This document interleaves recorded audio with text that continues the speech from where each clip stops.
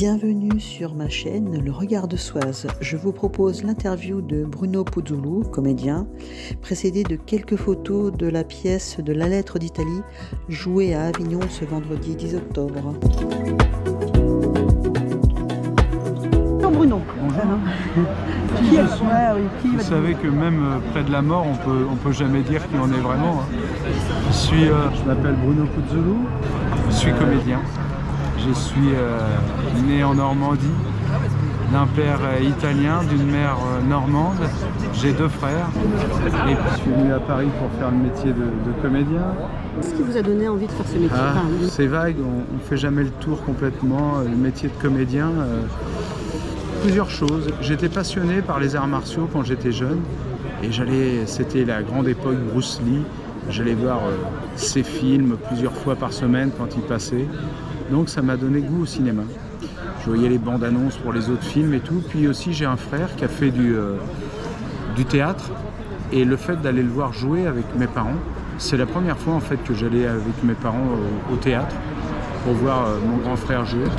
Alors l'envie c'est une chose, mais qu'est-ce qui vous a mis le pied à l'étrier en fait? Le pied à l'étrier, c'est l'envie justement. Ça commence toujours par l'envie. Et puis ensuite j'ai pris des cours. Voilà. Et j'ai tenté le Conservatoire national à Paris. J'ai été pris. Et puis après, ça s'est enchaîné, quoi. Après, j'ai passé 12 ans à la Comédie Française. Entre-temps, j'ai fait des films. Non, la première fois, ça passe souvent par le théâtre. C'est passé par l'école à la fin du cycle de 3 ans, où là, j'ai un agent qui est venu me voir et qui m'a pris dans l'agence, quoi. Comme j'étais à la Comédie Française, de toute façon, je travaillais beaucoup. Et puis en même temps, j'étais en dehors du français, à l'intérieur, je faisais des films, je faisais du théâtre. Ça fait combien de temps maintenant? Combien de temps? Ça fait dans les plus de 30 ans, ça fait 35 ans. Vous savez, le métier, c'est comme si je vous prenais 2 ébénistes.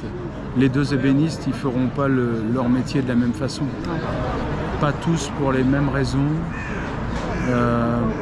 Et puis, un comédien, il n'est pas comme ça, ou comme si, une fois pour toutes. Ça dépend des événements de la vie. Vous voyez, je vais vous donner un exemple. J'ai perdu mon papa, moi, qui a été quelque chose de terrible pour moi. Suite à ça, j'ai fait un spectacle pour lui. Ça a dirigé aussi ma vie de comédien. Parce que je me disais, si je pouvais retrouver papa sur les planches, ça serait super. Donc j'ai adapté les Rital de Cavana. Mais du coup, c'est vous qui avez mis en scène, du coup? Non, c'est mon frère. Justement, c'est mon frère. Ah oui, ça reste en famille. Moi, j'ai fait l'adaptation du roman. Pour moi, je retrouve mon père sur scène. Depuis, on l'a créé en 2018. Après, on l'a joué à Avignon, et puis à Paris, et puis en tournée. Là, on doit en être à la 245e. Ah oui, d'accord. Et ça continue, et là, vous alternez en plus avec le spectacle des journal au théâtre?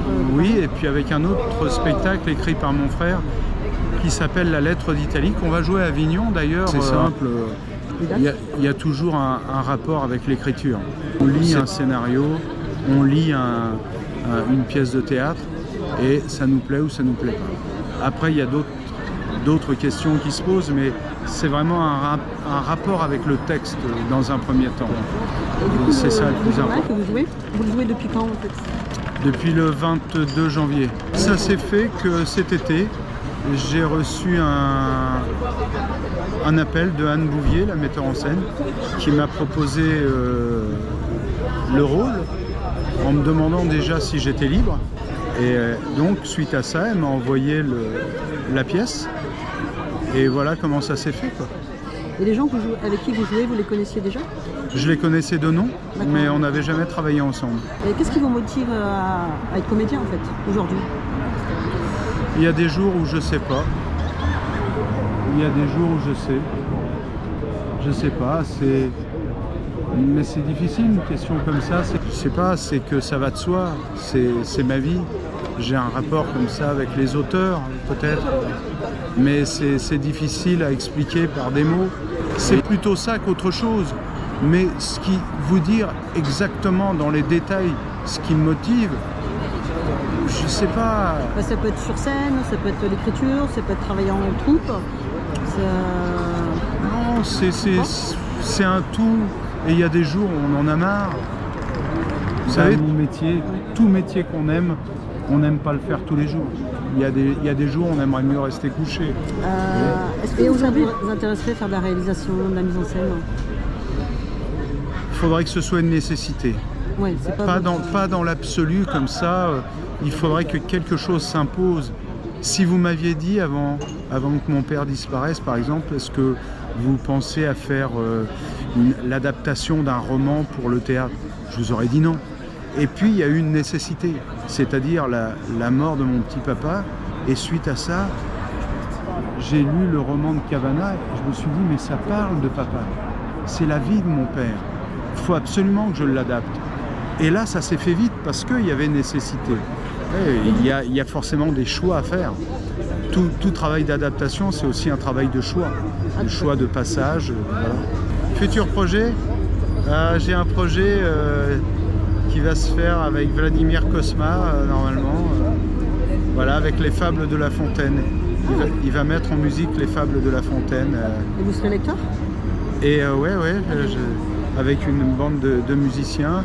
J'ai aussi des concerts prévus, parce que je chante aussi.